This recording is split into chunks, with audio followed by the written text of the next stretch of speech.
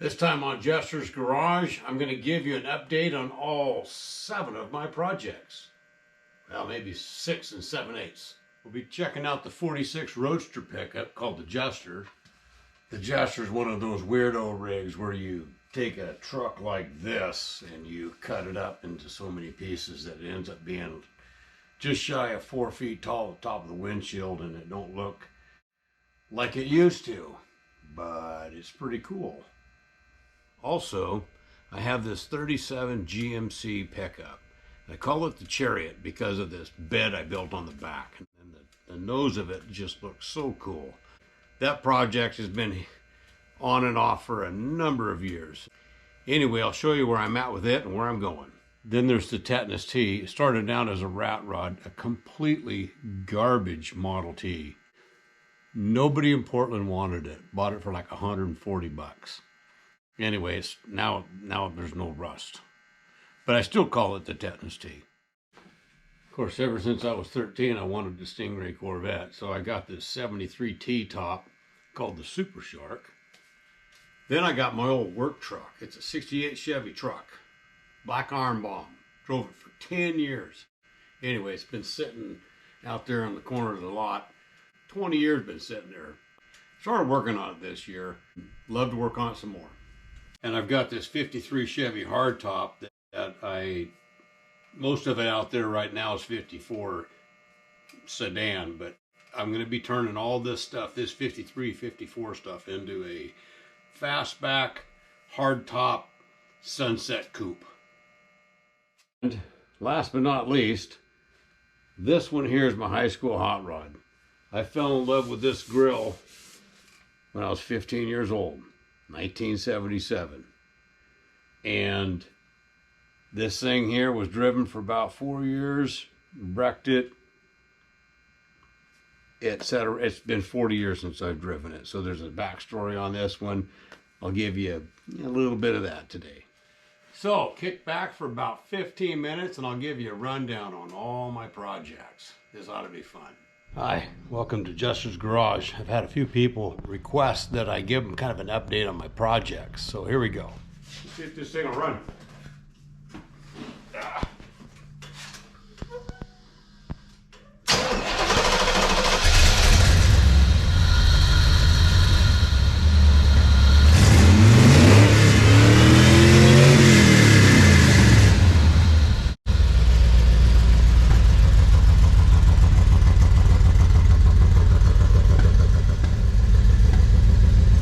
In it is really old.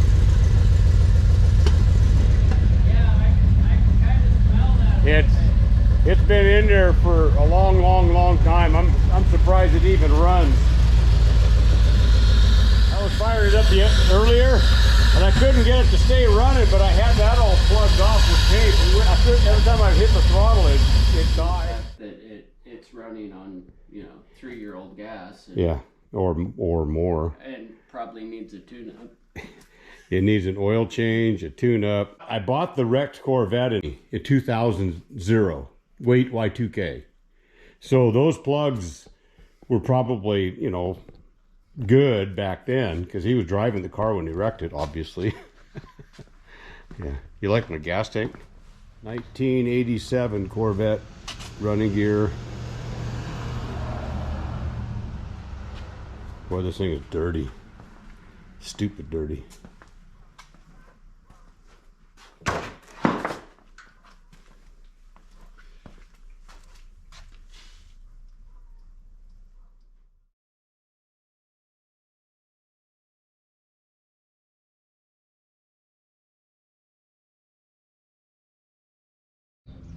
Jimmy needs a frame.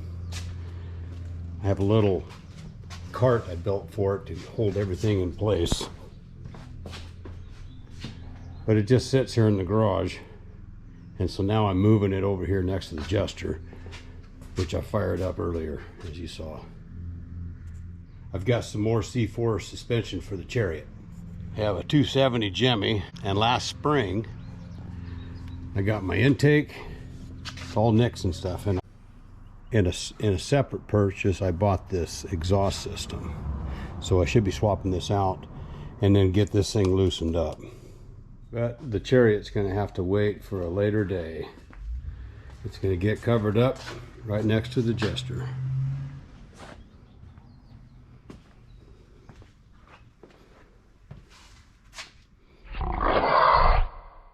And of course, there's the tetanus T, complete with 1955 nailhead 322 Suey pipes, 37 tube axle, 34 Chevy artilleries, front and rear, widened and extended, custom firewall, hardtop coupe body, 46 Chevy pickup hood with a hole in the middle.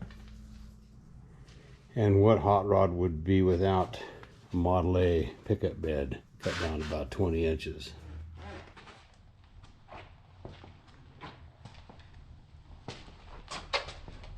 I got early Ford beauty rings on 16s, got to make them bigger. I got plenty to make them bigger. And I have 1930 Buick headlights and 1932 Chevy crossbar.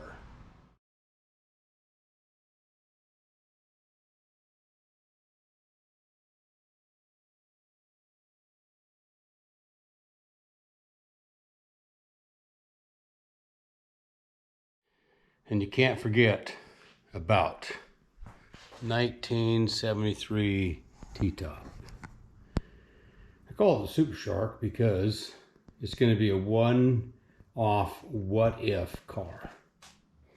What if Corvette would have made a 20th anniversary car? Well, it would have had a chrome bumper on top of the urethane.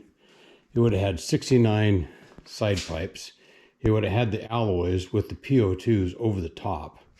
It would have had something similar to a 67 Chevelle Supersport hood, the chrome. It would have had a roll-up window, not a pop-out, because I've got over here, I have a Turnpike Cruiser back window. That pop-out glass out of a 68 to 72 will go up and down. I have also relocated the gas door to this area. It normally would go here, but I know that the fuel tank will fit right here. See, it's in there, okay? This goes here. Then this piece of fiberglass here is what's left over a broken deck lid. Open this way for a convertible 68 through 75, and I took and gutted it, and so this is going to be, oh, look at that, a Suburban gas tank. That's funny. That goes in the Jimmy. Anyway, this will be a trunk. It'll be the only trunk you'll ever see in a 73. Anyway, that's it for the 73 Super Shark. This project here is the 1968 Chevy pickup I've owned for 30 years.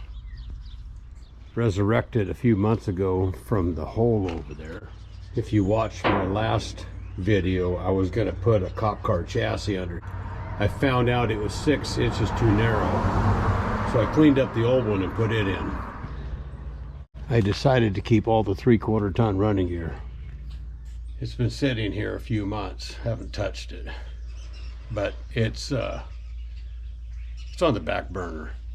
When I do work on it, it's just going to get it rolling. All I want to do is get it rolling and steerable. That way I can push it around and get it out from in front of my garage door.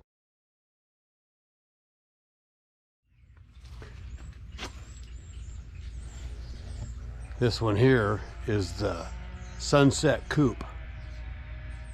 Underneath that tarp is a windshield from a hardtop. 9-inch longer nose, 5-inch longer wheelbase. Plan on taking this glass here, it's going to go this direction.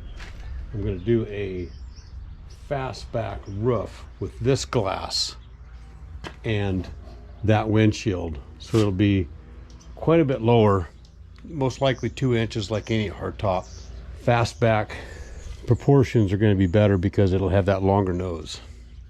Anyway, the next thing I'm going to do to this thing is get the chassis set up for the C4 suspension. That means I need to extend this chassis about 9 inches, then add that Corvette suspension to it, front and back. This nail head here is a 1953 322, and the story is it was driven 2 years, and then it was in a wrecked car, and a farmer up in Palouse bought it. The whole car, pulled the motor, pickled it, and stored it. My buddy Ron Rohde bought it from him years and years and years later, and then I bought it from Ron. So it's going to go in my 53 Chevrolet fastback hardtop coupe called the Sunset Coupe. I'll do all of that before I even mess with the body, because technically I want to drive it even with this old business coupe body. And then I'm going to run that nail head in a 3-speed. It'll be cool.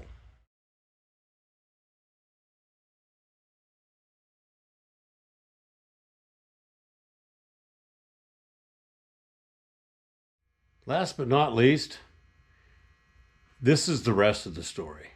This is my high school hot rod, 46 Chevy pickup. Kind of a resurrection. A couple years ago, I was drawing a picture of this 46 Chevy pickup. I was up on the roof of Jesters Garage, getting some work done on some sheet metal, and I thought, you know what? I got the wheels, I've got the grill, I've got the frame, I got the Muncie, the Trans Am steering column. I got all this stuff from my old hot rod, and I was thinking, you know, I probably got enough to build this. All I need is a body. But I was putting out some posters for a car show, found it the next day. It was pretty cool. Anyway, so now I've got two 46s. I've got the Jester, and I've got the 46 Chevy hot rod. I call it petrichor. That's kind of a story in itself. But anyway, petrichor is like the smell you smell. Anyway, I'll tell you about it later. Not a big deal. But as you can tell, this is the one that's in my shop right now, so I'm working on it. So this is my current project. Slow, because I still got a job. I'm not retired yet. Anyway, so right now what I'm trying to do is get the axles underneath it. Then I can start working on body mounts. I boxed in the frame years ago. I've got to do the core support, and then I got to deal with this firewall. And I built a bed that was very similar to the one I had in high school. I even have the same license plate frame that my brother gave me in high school. You touching my truck, I break a you face. I bought these turbos. They're Keystone Turbo 3s. I purchased these wheels in 1979 from Les Schwab. $243 with caps and lugs and locks and anyway. The caps are junk, the lugs are gone, the locks are garbage, but I still have my original high school wheels that were super cool back in the, well, 79. I don't have the 330 Ols that I had out of that 65 Ols, but I do have a 68, 69, 350, and I'm converting it to the Muncie 4-speed that I still have, that close ratio Muncie 4-speed that I bought 1980. That motor puts out 305 horse, 315 horse, something like that, and 405 foot-pounds of torque. I am taking some concessions. This truck is not exactly what I had built in high school, but hey, you know, it's the original frame, it's the original transmission, wheels, grill, etc., etc., etc. And I'm trying my best to replicate my high school hot rod. Different body, but I'll use the same dash, and I'm going to use the same, some of the upholstery, hood, etc. Anyway, just going to get started on this. I'm going to try my best to have this running by next summer. That's the goal. Anyway, if I have some private personal projects that I put on Jesters Garage, this is going to be it, because the rest of them are just going to have to stay waiting. This one here, this is really, really important. I haven't driven this truck for like 40 years. 1983, I wrecked it, did some weird crap, turned it into the Jester, which is that other story from it's down in the garage. Anyway, the tale of two 46s, it's like a saga. That's another story. Anyway, thanks for watching Jesters Garage, and I'll try to keep you at bay with what's going on here. Thanks for watching. Happy hot rod.